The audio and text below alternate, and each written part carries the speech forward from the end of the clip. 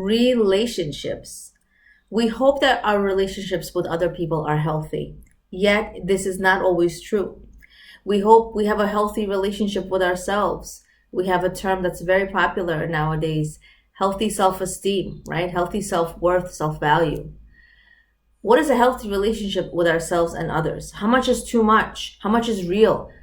What is a fake relationship with other people? How do we feel if we're being, related to in not a real way or in a fake way?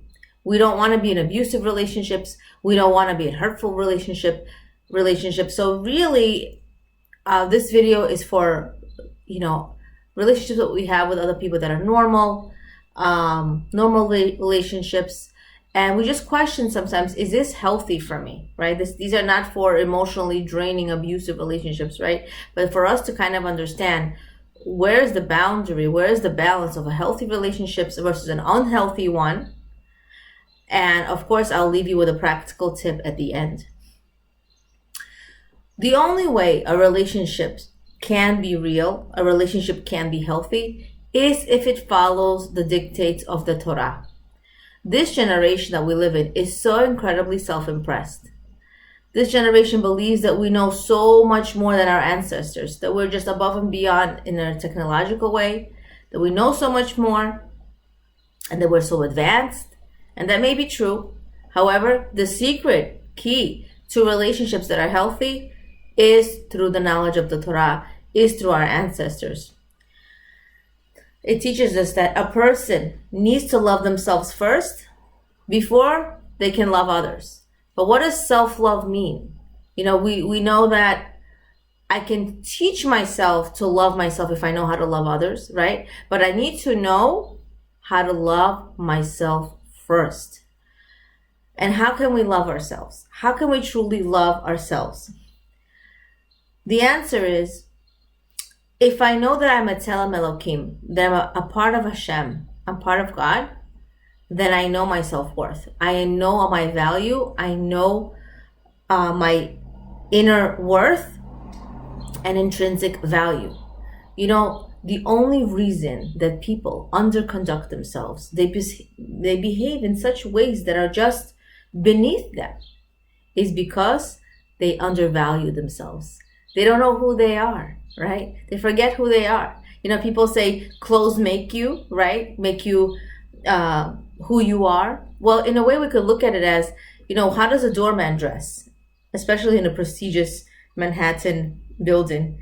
Or how do the staff dress? Those of them who serve the king, right? Those people who live in countries where there's a king and a queen in charge of leading the country. How do they dress? They feel privileged because they know who they are. How do they behave? Very refined, very dignified. Why? I'm serving the king. I'm serving the queen. I'm serving a leader. If we see ourselves as servants of Hashem, and not just servants, but partners of Hashem, because He needs us to partner with Him to make this world into what it's supposed to be. So if I see my job as so important, how do I act? And that is understanding that I'm a Tzelem Elokim. I'm a piece of HaKadosh Baruch Hu. I'm a piece of God. You can love yourself without feeling narcissistic by saying, Hashem loves me unconditionally because He is a part of me, and so are you. This way, a person is not self-absorbed. This is a proper balance between relating with yourself and relating with others. If I'm trying to be one with others, what does that look like?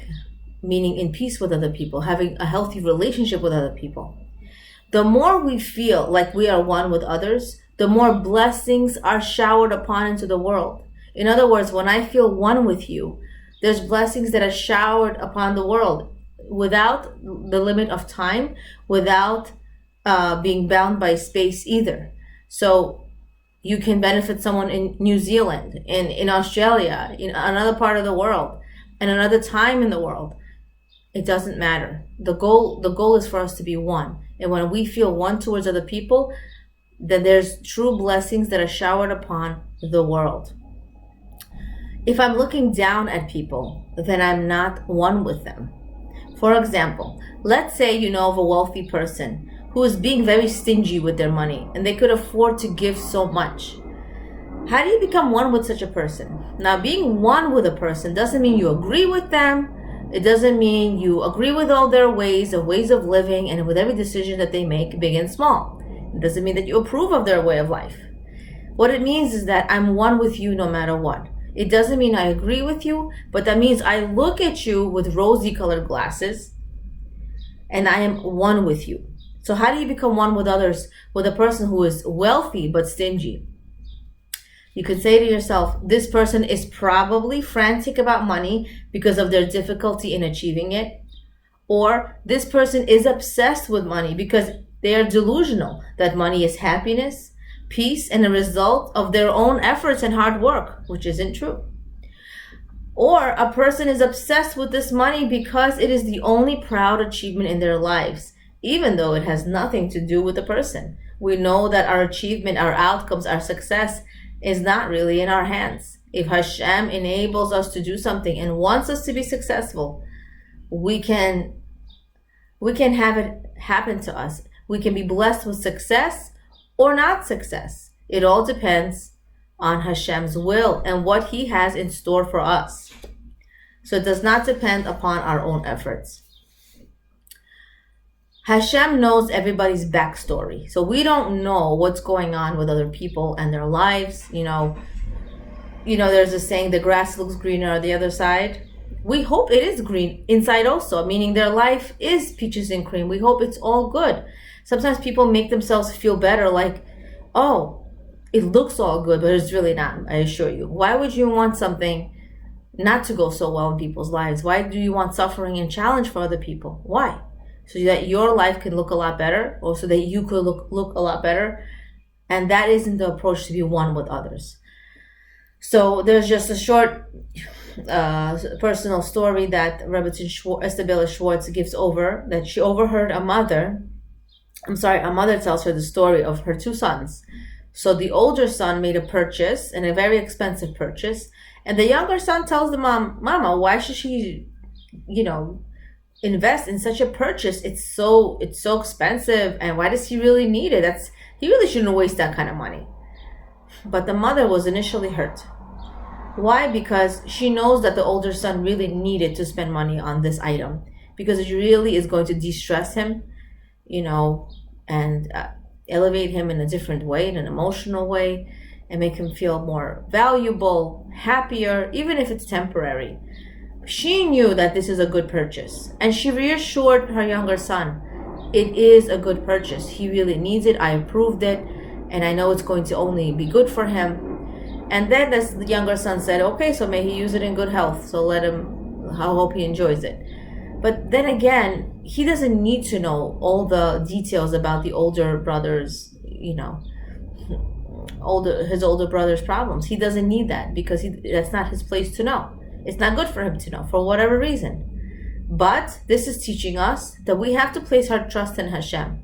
If somebody is going through something in life, and it looks like such an amazing blessing, and we wonder, like, why not me? Or this is a waste of their money. They're wealthy and they're spending money on this, and they should be spending money on more important things, or they're not spending enough money. We're not hired to be the judge and jury of people. Hashem judges. Hashem sees the whole picture. He sees the whole backstory. So all one has to do is judge others favorably. It means that you don't need to know why people do things. All my needs are taken care of. And if that person has these type of needs, then that's what they need to serve Hashem. So, but in general, just kind of try to introspect. Who do we generally feel happy for? It is human nature to feel happy for people who have it harder than us. Maybe they're finally blessed with financial help because they were so poor, or they had meager means. So we're so happy for them. Or they're finally blessed with children, even though we already have children. But we're so happy for them because they haven't had children in a while. So we usually feel naturally happier for people who had it harder than us. Or we feel happier for people who have less than us, because they're like, oh, finally they have a little bit more than they used to. or people who are in a different field, right? So I'm a speaker, but I'm so incredibly happy for an amazing physical therapist or an amazing occupational therapist. Why? Because it has nothing to do with my field. Now, my true happiness, the ideal way, is for me to feel happy, and I do, for me to feel really happy for people, those people who are also in my field, who are speakers, who are life coaches, who do similar things that I do. Why?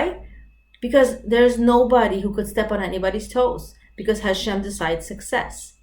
Hashem decides if someone is meant to go to a certain path. What is meant to be mine will find me anyway.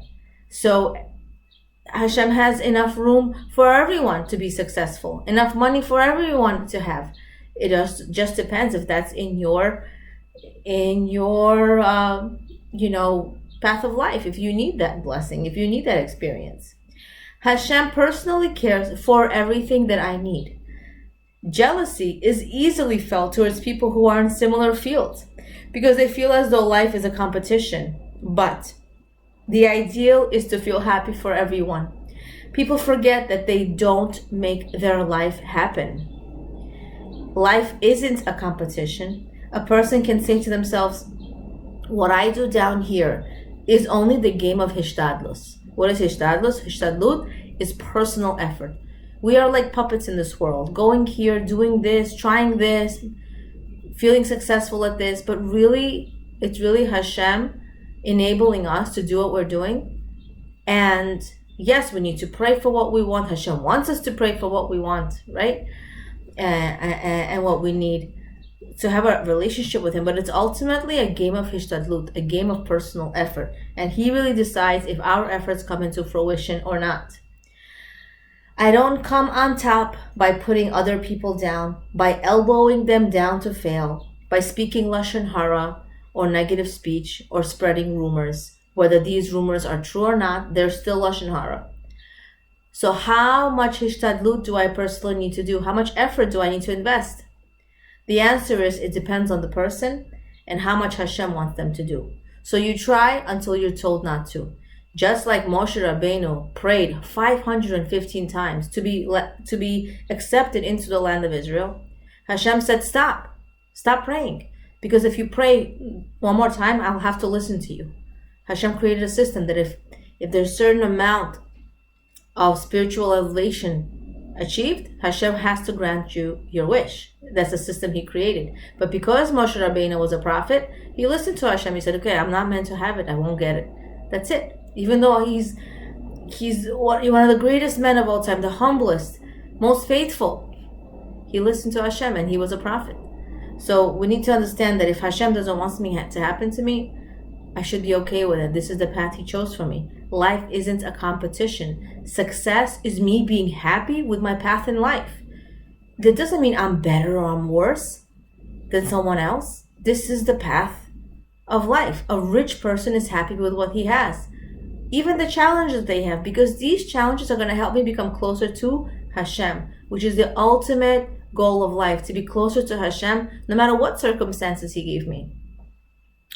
Remember, if you have more, then you need to give more. Meaning you help other people with your money, time, talent, prayer. If you are a giver, this is a beautiful insight that I learned. If you are a giver, then maybe Hashem made you the giver because you need to gain more merits. You need to gain more zechuyot.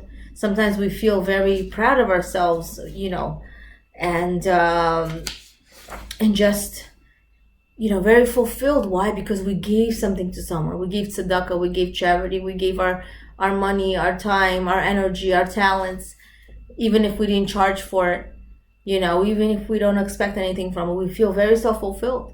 However, Hashem cares so much for us. He says, you know what? I'm going to give this challenging situation to this person so that you can be the helper, because you really need these merits. You really need to have the merit of them in your account. And we don't get rewarded in this world for our mitzvot, for our positive commandments.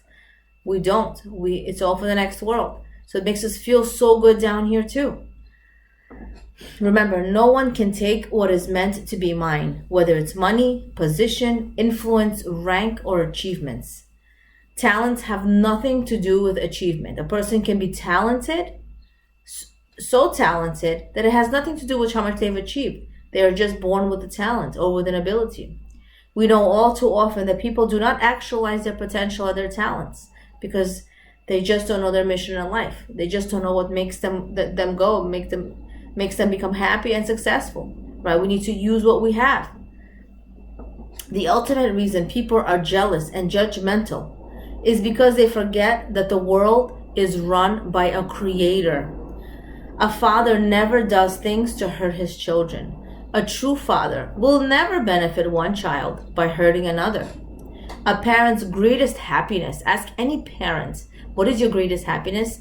And they're going to say, I want to see the happiness of my children and have them get along, right? No parent wants each of their children to become successful and not talk to each other, right? A father gives each child what he thinks they need best according to individual needs.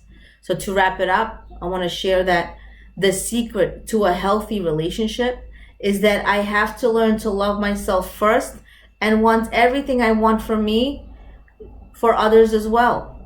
What is meant to be mine will eventually find me.